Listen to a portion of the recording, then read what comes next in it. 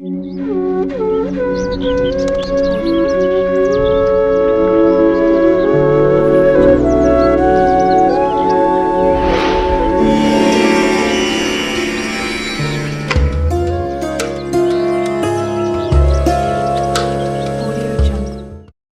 మంది వాస్తు ప్రకారం నడుచుకుంటే మంచిది అని అనుకుంటారు. ఈ రోజుల్లో కూడా వాస్తుని పాటిస్తారు. వాస్తు ప్రకారం అనుసరించడం వల్ల సమస్యలన్నిటికీ పరిష్కారం దొరుకుతుంది. శ్రీకృష్ణుడి చేతిలో వేణువు ఉంటుంది. వేణువు అనగానే మనకి మొట్టమొదట గుర్తొచ్చేది కృష్ణ భగవానుడు. వాస్తు ప్రకారం వేణువు కూడా ముఖ్యమే. కేవలం కృష్ణుడికి ఇష్టమైనదిగా కాదు, వాస్తు ప్రకారం వేణువుకి చాలా ప్రాముఖ్యత ఉంది. పైగా వెదురు కూడా చాలా మేలు. వెదురు ఎన్నో సమస్యల నుండి పరిష్కారం చూపిస్తుంది. మనం దాన్ని పవిత్రంగా భావిస్తాం.